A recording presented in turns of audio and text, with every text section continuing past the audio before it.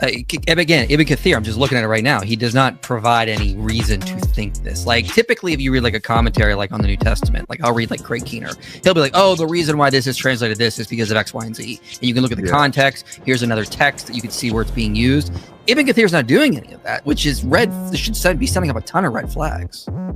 In this heated clash on GodLogic's live stream, a Muslim guest goes toe-to-toe over whether the Qur'an affirms the Bible and the crucifixion of Jesus.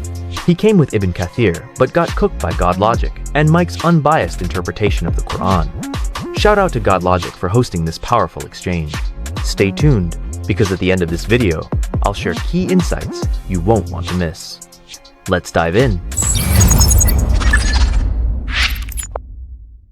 Yeah, because we take revelation over what history might say or what scholars might say or what the Gospels might say, and revelation tells us that Jesus wasn't crucified, so that's what we believe.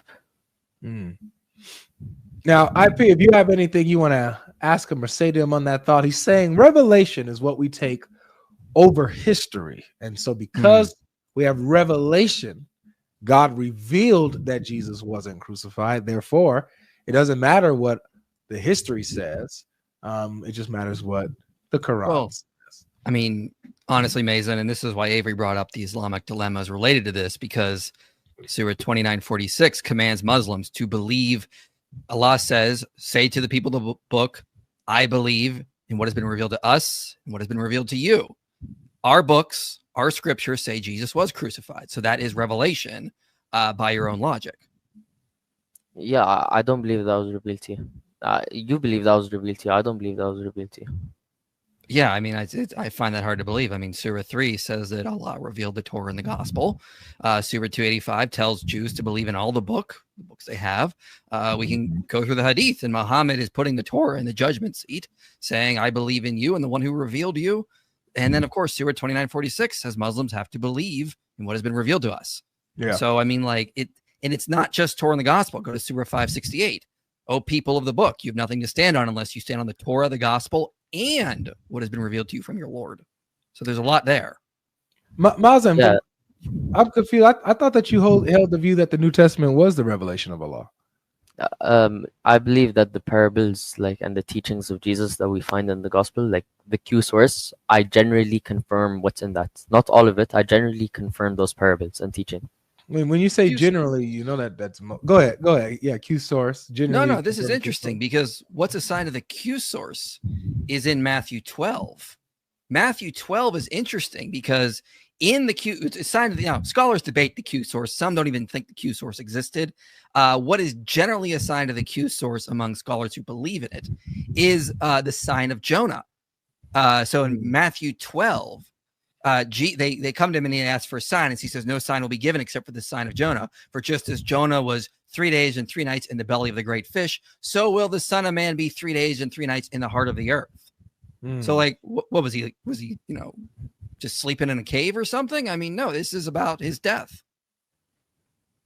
So, what are your thoughts on that, Mazen? I don't understand. Like, what's the relevance with that specific verse? Why that verse? I get it doesn't agree with the Quran, but what's so important about it? Because like I said, I don't accept everything that's there. So you don't accept everything in the I don't accept everything in the Q sources generally, because I take the Quran as a Bayyināt to what is true and what's false. So if you go to Surah Taha, which is chapter 20 of the Quran, it says that wait, I'll pull it up. It's chapter 20, verse 133. Well, I'm confused, man, because you said that you will take Q source, and now you're not taking Q source. I don't know. I didn't say I accept all of the Q source. You said when you say you accept something in general, that means that you're accepting most of it, aside from a few exceptions. So yeah, and I use the Quran to decipher those what is true in it and what's false in it.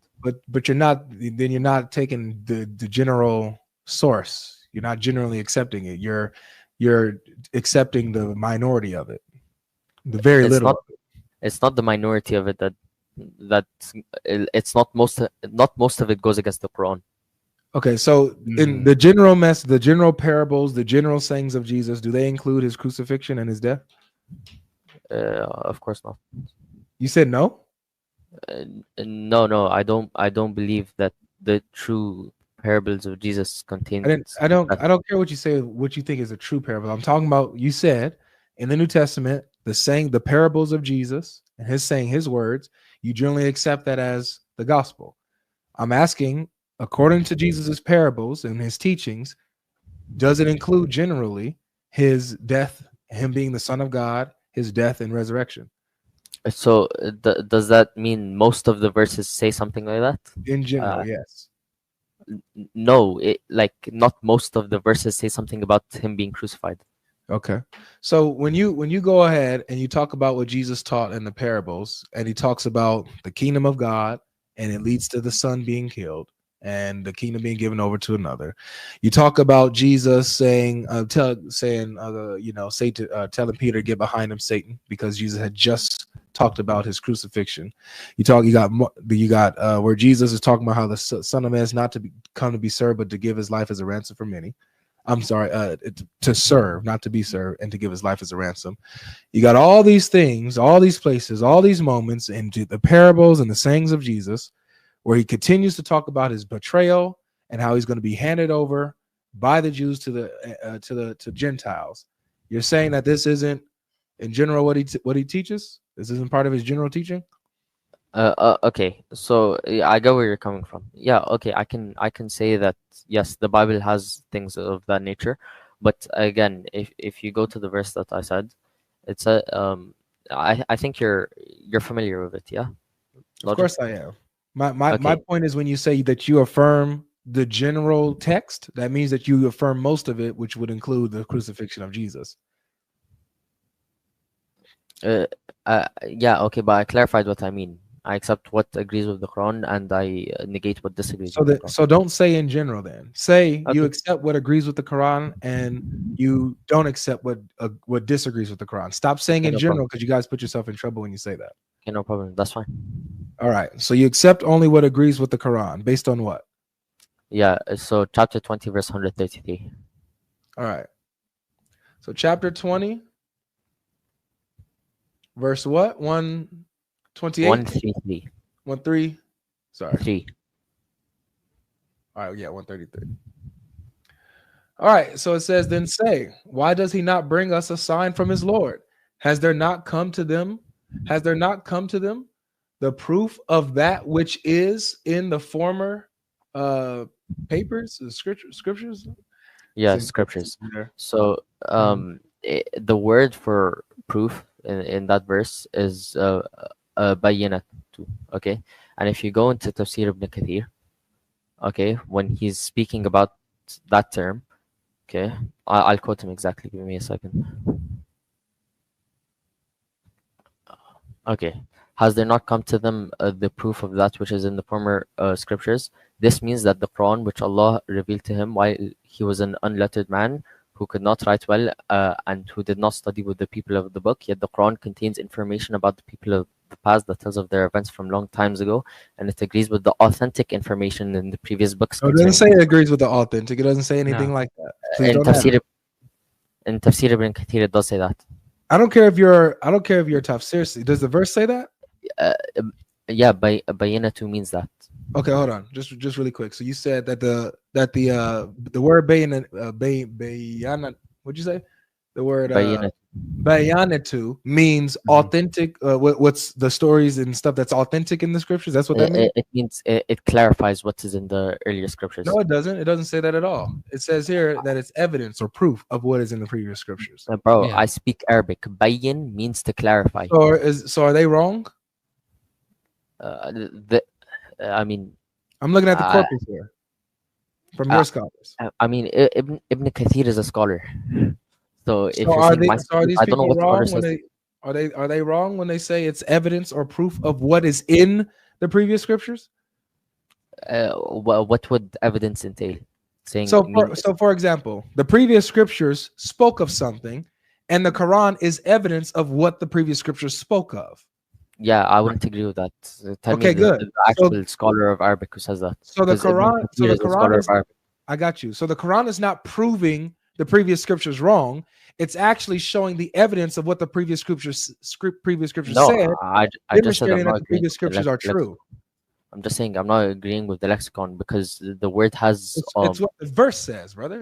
It's what the verse says. bayyin. I'm telling you, the word bayyin has And more than one. they say, why not? He brings us a sign from his Lord. Has not come to them evidence or proof, Bayyināt to, of what is in the scriptures? So Okay, it's not again, saying that the Quran is proving the scriptures wrong. It's actually proving the previous scriptures right, which is why they should believe in the Quran. okay, again, The sign is that the Quran is evidence of what the scriptures say. logic. Bayyinatu is not univocal. Bayyinatu does not exclusively mean what you're saying it means. As Ibn Kathir clarifies, the saying? correct meaning, um okay, I get like your position.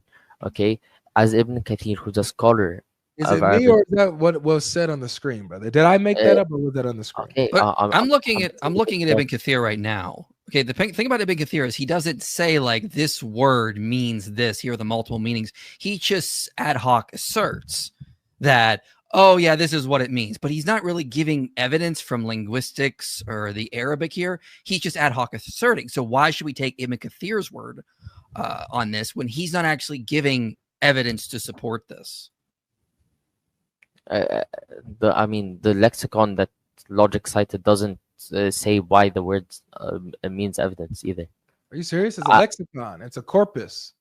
If I want, okay, I can click on the this is lexicon and tafsir. corpus and show you where it's getting from and pull all that up. What are you talking about? Show me. Okay, let's look at this together. Since Yeah, we want to waste time on this. So dishonest with you guys' own, but y'all hate y'all's book, man. I tell you, you guys hate your book. You see what it says here? It says, using the word Bayyināt, an evidence, an indication, a demonstration, a proof, a voucher, or an argument such as is manifest or clear, whether intellectual or perceived by the sense. Right? So showing that it is a demonstration, a proof, or an evidence, an indication of the previous scriptures being true. That's how it's freaking used in the verse. Has there not come to them the proof of that which is in the former scriptures, the former papers? So we see we have the lexicon evidence for it, and how the verse even translates it. I have a question, Logic. In your opinion, okay, what is more trustworthy? The opinion of Ibn Kathir, who's a renowned scholar of tafsir, or the opinion of this lexicon you don't even know who authored it? Well, here's the thing. Ibn Kathir is giving his theological opinion on such a thing. He has a theological bias. Here, they're talking about the etymology of the word, the epistemology of the word. I think if I'm using, I think I'm switching those words wrong, but you guys know what I mean. How we know what the word is and how it's being used. Etymology. Right? Okay, thank you. So there's the difference. We're arguing etymology. We're not arguing theology. Ibn Kathir is giving his theological opinion on the verse, on how to interpret the verse, while this is giving us the what the word is, what it means. So I would say that the corpus and the lexicon linguistically is more trustworthy. And it doesn't make sense in the Arabic. I mean, if again, Ibn Kathir, I'm just looking at it right now. He does not provide any reason to think this. Like typically, if you read like a commentary, like on the New Testament, like I'll read like Craig Keener, he'll be like, "Oh, the reason why this is translated this is because of X, Y, and Z." And you can look at the context. Here's another text that you could see where it's being used. Ibn Kathir is not doing any of that, which is this should be setting up a ton of red flags. Okay, yeah. Now I'm getting what you're saying a bit more. So like now, are you just are you saying there's a univocal meaning for it to be evidence, or are you saying that the more likely meaning is that it's evidence? I'm saying we're not even seeing reason in these lexicons for it to mean what you're saying it does. If they were going to use a word like criterion, they would have used the word in Surah 253, al-Furqan. And we gave Moses the scriptures and the criterion al-Furqan that perhaps you would be guided. So why that would be the word to use in this instance. The word that they are using in this surah is going to mean proof, evidence, something similar like that, not what you're saying it does. It doesn't mean like authority or something like that. Okay. Okay, that makes sense. I'll try and find the like, something else that backs up my position. What a debate. Before we wrap up, here are 3 key insights you can take away from this exchange. First, lexicons matter. No matter how fluent someone is in a language, scholarly definitions rooted in etymology carry more weight than personal or theological opinions. Second, consistency in interpretation is key. If a commentator makes a claim about a word's meaning, they should support it with other verses, historical usage, or linguistic evidence. Otherwise, it's just opinion. Third, context changes everything. Surah 20 verse 133 is about Muhammad presenting proof of his prophethood, not rewriting the Bible. In that light, the word Bayyināt as evidence makes perfect sense, while the criterion reading falls apart. This was a masterclass in how scholarship and logic expose weak arguments. Until next time, keep thinking critically and seeking the truth.